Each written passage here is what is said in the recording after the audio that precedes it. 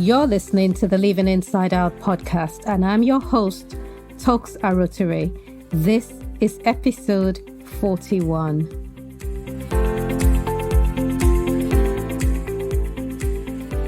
Welcome to the Living Inside Out podcast, where we believe success is not what you have, but who you are. Episode 41 is Entrepreneurship, Tackling the Confidence Gap. Hey, how you doing? I'm still on a buzz from Saturday's event, the Write Your Rockstar Story workshop, and it was epic. Here's why. First of all, that many people trusted me to guide them in one of the most important areas of their lives, which is how to present yourself story-wise to the world. Because however you present yourself to the world is exactly what will be mirrored back to you. Secondly, that I was able to translate an idea that lived only in my mind for a while into an actual workshop. And finally, that those who attended have been kind enough to give me sufficient feedback so that the next one is even better. I call them my guinea pigs because I tested the idea on them and tweaked it and then retested it on them again last Saturday. So we've had 2 straight weekends of storytelling and story writing. You know who you are. Thank you. Thank you. Thank you. I'm thankful to my friends, to my tribe who encouraged me to host it, and to you, my listeners, for telling me that you needed this. I promise to remain authentic in everything I produce, because guess what? We have more workshops coming up. My highest calling is to see us all live the life that God created for us to live individually, and also through this podcast and through workshops and the stage and my blog and social media everywhere. And I intend to do just that. So the next Write Your Rockstar Story workshop has been scheduled for the 31st of July because now they've instructed me to run another one.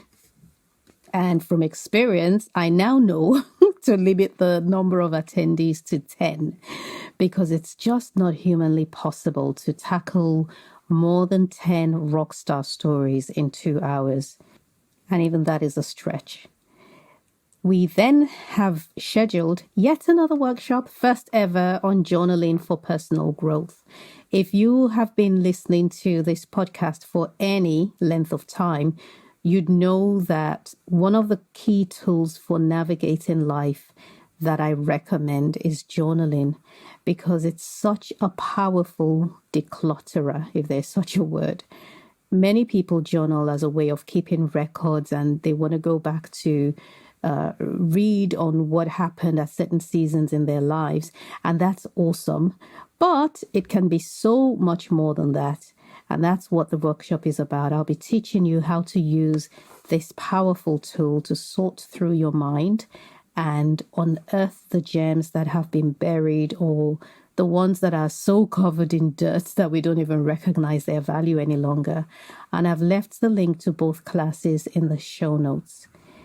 And next Saturday, everything happens on a Saturday, I'll be speaking at a women's event hosted by City Chapel. Again, the link is in the show notes. And the best part of this event is that it is online and it's open to the public, so you can join in. Now, let's get down to business. Last week, we started our series on entrepreneurship, which was an introduction to what it really looks like. And I shared some of the obstacles that I have faced. I promised we will look at a few more. This series will pull examples and lessons from my journey, as well as from that of other entrepreneurs. Some of them we know, some of them we don't know. One of the lessons I've learned about owning your own company is that your personality plays a part in how you run it. Okay, I realize how simplistic that sounds, but stay with me. I've mentioned in the past that one of the traits that I've had to work on for myself, and should I say that it came easily to me? I don't want to say I was born with it, but it's a trait that came easily to me, is people pleasing. and people pleasing erodes your confidence. So, in this episode, number 41, we'll be looking at 2 ways to close that confidence gap. So, you may not be a people pleaser, but you may have issues with confidence, or you may be a people pleaser and you also have issues with confidence. Either way, regardless of what the cause or the source is, confidence is something that you need when you are an entrepreneur, when you're running your own company, or you plan on doing just that. And so for many years, I did not allow my ideas to go beyond being an idea. I suppressed them in favor of going with the opinions of others.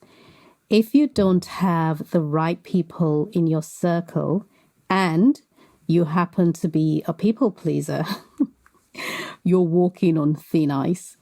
I used to be close friends with someone who was très opinionated, very opinionated, and her views extended to everything, including how I should run my company. So I ended up spending way too much energy pushing back and explaining my ideas. And one day, God literally removed this person from my life. Here's why I'm even bringing this up. In my company, the Baby Cut Shop, we receive countless offers to collaborate with influencers. And as a policy, we don't engage in it. We don't engage in influencer marketing, except we've chosen to do so as part of a specific campaign. Because one of the tenets that hold my life and business up is authenticity. I believe you should love our products enough to want to pay for it. Because as you know, or may not know, each item is individually made by hand. It's painstakingly put together. And I feel that people who don't want to pay for it don't recognize just how much work has gone into each piece. But at the same time, I've struggled with this and other decisions. So when I said no to our latest request, which came from somebody that has millions of followers, I know that it felt right within me. I didn't feel like I was losing out, even though monetarily, perhaps we might have lost out. It's a perhaps, I don't know.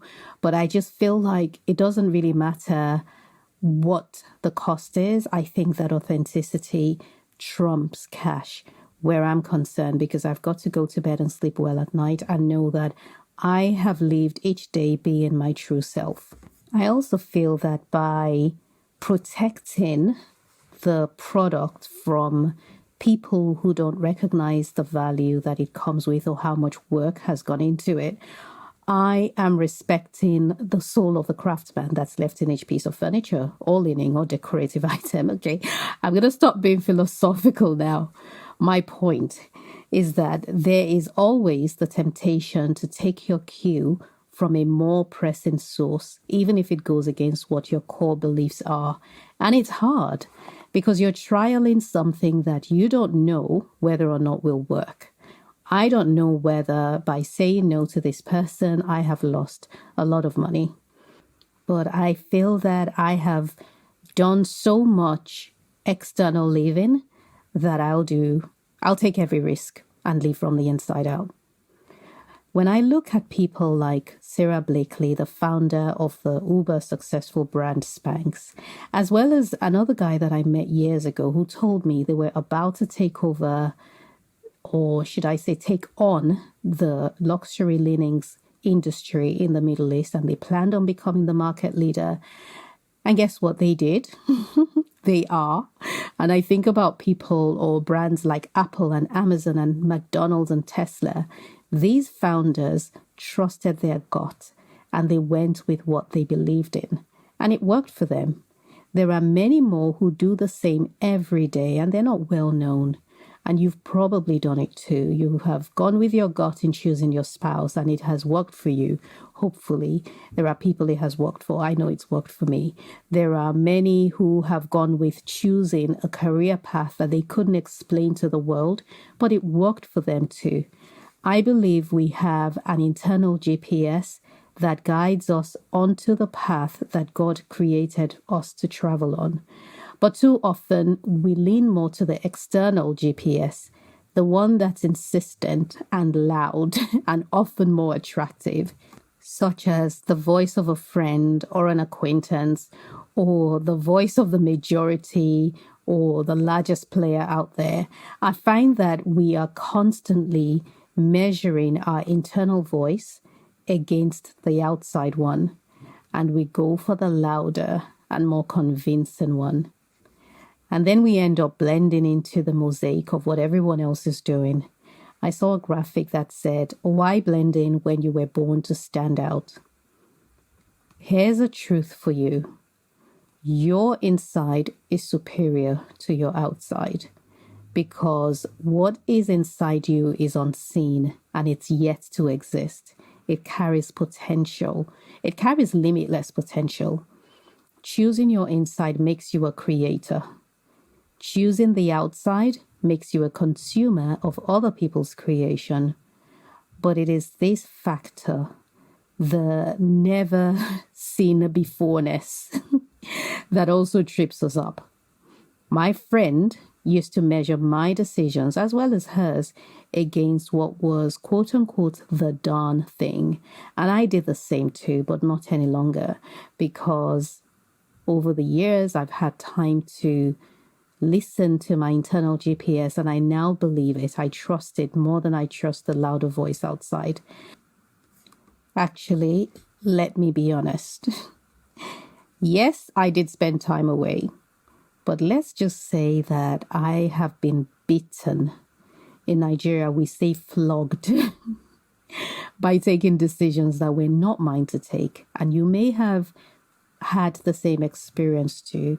You knew in your gut you were not supposed to make a certain decision, but you went ahead and did it anyway, and then you had to learn the hard way. What does it look like?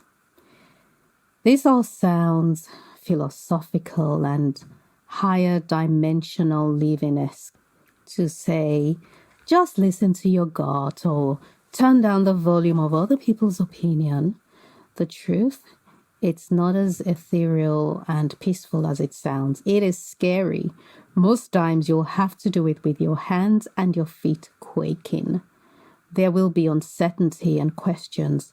There'll even be a plan B and C being formed while you're attempting plan A, because you're certain it's not going to work and you think, let's just cross this out and say that I tried. You will have loved ones and people you respect coming up to you to dissuade you. My friend Aji reminded me just yesterday of a Netflix movie. I can't remember the title, but it's around the subject of The Secret. It's a feel-good, new agey type movie, but it's a good watch. And in it, a woman who had lost her husband wanted to step back into what felt right for her. She wanted to go back into the world of dating this amazing man. But her mother-in-law said, "Look at you. Who would want you with 3 kids? Be realistic." And her dear mother-in-law was not being mean. She sincerely believed what she was saying, and she was genuinely looking out for this young lady and trying to protect her from a heartbreak. And that's how it is. The people who love you are being genuine when they tell you it won't work. They are trying to protect you from failure because they cannot see from your vantage point, just from theirs, and the view is different. Now, I'm not denouncing the wisdom of others, which is my second point, the role of mentors. So a point came when I needed to take my business to the next level, and I couldn't do it. I didn't have the knowledge, the resources, the pathway to follow. And so I requested the help of a mentor, someone who had been to and surpassed the level that I was trying to get to. A mentor is someone who has traveled the road you've embarked on, knows where the potholes are, knows where the police radars are, so you don't get pulled over for overspeeding. You may be an expert in your craft, but you don't know it all. The beauty about humanity is that we are all connected, and I believe our life's journey is a path that everyone walks on. And on each path, there are challenges and blessings which we embrace and we're able to handle. But there are also people lined up on either side waiting to give you a helping hand. Now, it's common and plausible that you want to be the one who made it, without help. Don't take on that attitude of wanting to be the head honcho because you want the glory of making it happen. And I'd say that with all respect, because I have come across entrepreneurs who have tripped on their path over their own ego. And it's very easy. It's easy if you're getting a lot of press and a lot of attention to think you have arrived. And hey, I did it all by myself. Why can't other people do the same? This is where mentors come in. A mentor is a guide, not an instructor. And I cannot recommend enough enlisting the wisdom of one. Here's how I met mine. If you're new to this podcast or you're meeting me for the first time, welcome. You'll know that my faith is what guides me. And this is in everything, including running my business. So it was a Monday morning in May, a few years ago. I think about 7 or 8 years ago. Probably longer, I don't remember. But I'd been trying to book a meeting with someone that I wanted to do business with and decided to go track them down in person because they hadn't replied to my emails. I went to their offices on King's Road in Chelsea, London. I didn't have my boutique at the time, so it was really an unrelated trip. Got there, they were not there, and I came back out of the building and looked left, looked right, and decided to turn right for no reason. I thought, I've made the trek all the way down. I might as well walk down the road, see what's there. Found myself standing in front of Reese, which is a clothing brand. If you recognize the name, they have a black and white, almost nondescript type of branding. And I couldn't understand why I couldn't pull my eyes away from their signage. The reason I say it's black, white, nondescript is because at the time I was rebranding my company and I thought perhaps that I felt like God wanted me to stand and look at it, maybe because of the font, maybe to study how clean it was. I don't know, but I just couldn't stop staring at it. So I recognized at that time that something outside of the ordinary was going on, something spiritual, if you like. I stared and stared and stared, and then finally felt the release to keep going. So I kept, forgot about the experience and went on. Later that evening, I received a text from a guy that I'd met some 3 years earlier, and I hadn't heard from him in at least 2 years. He used to invite me regularly to these networking events, none of which I ever attended. I didn't even so much as say no thank you, or maybe I did, I can't remember.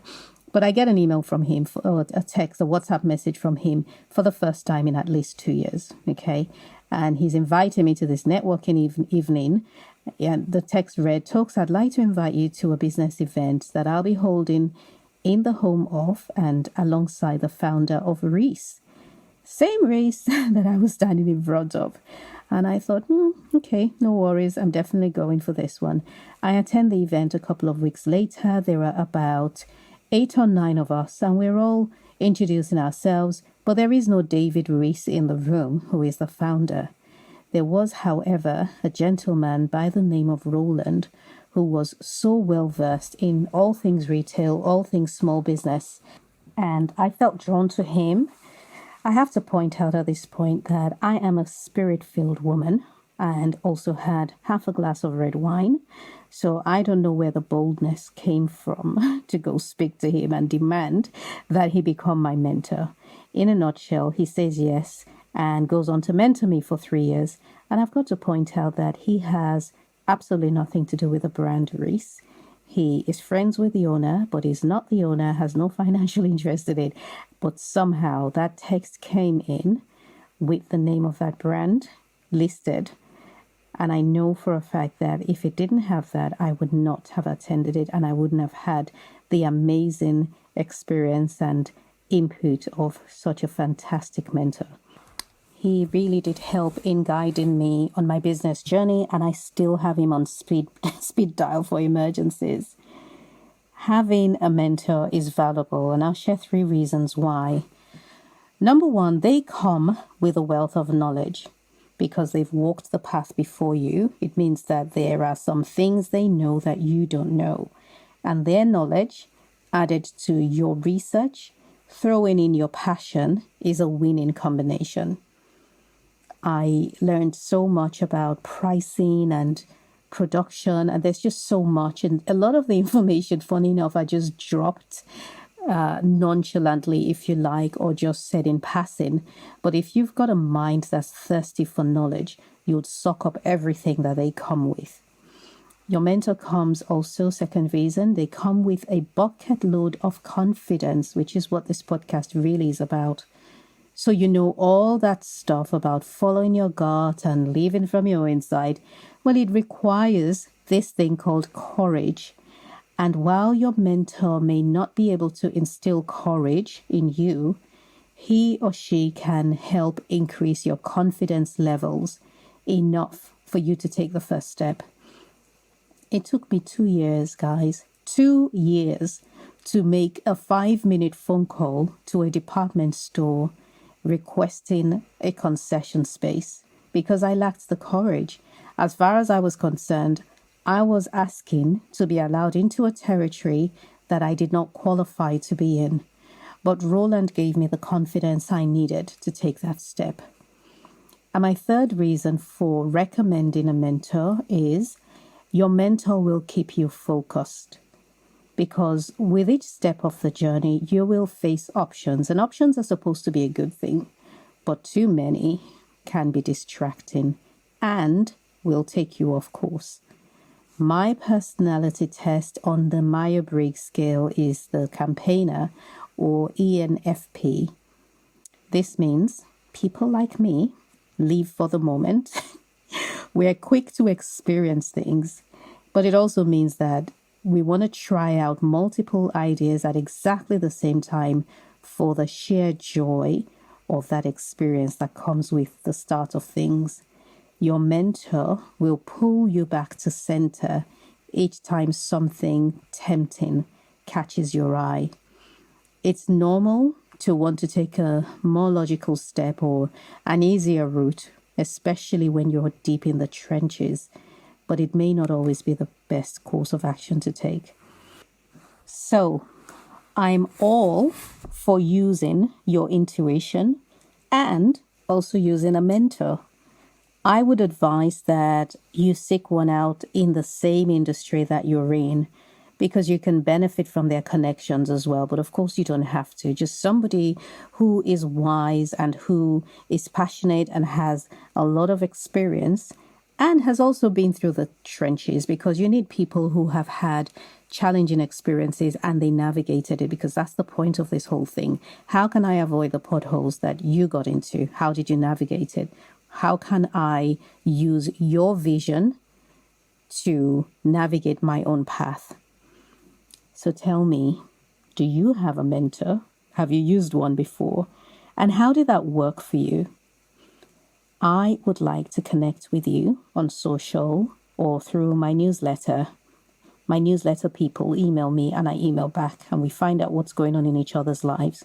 So if you're not signed up at toksaruoture.com, you are missing out. You're missing out on gist that's going on in the background. Also, look in the show notes below this podcast for bookings to the next events, the workshops that are coming up, and any public speaking events. So when I have events that are private or booked for a specific group of people, I wouldn't publish them. But if it's something that's open to the public, it's available on my website. I am at Toks Aruoture on Instagram, Facebook, LinkedIn, and Twitter. Most active on Instagram and Facebook, and on LinkedIn as well. Twitter is the one that suffers.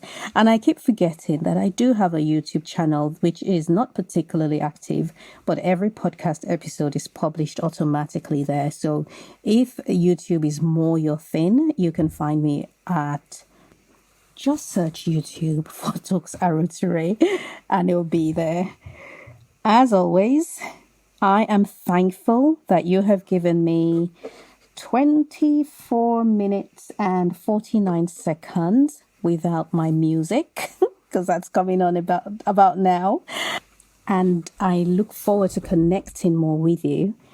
Also, if there is someone you know that is either starting a business or they've already started or they have an entrepreneurial mindset, which means that they may not necessarily be the owner of their own business or plan on being that, but they think like an entrepreneur. They are risk takers. They are responsible for the direction of their own life, or they want to be. Why don't you send them a link to this podcast or send them a link to my social media account? Till next time, thank you for listening. Remember to live always from the inside out.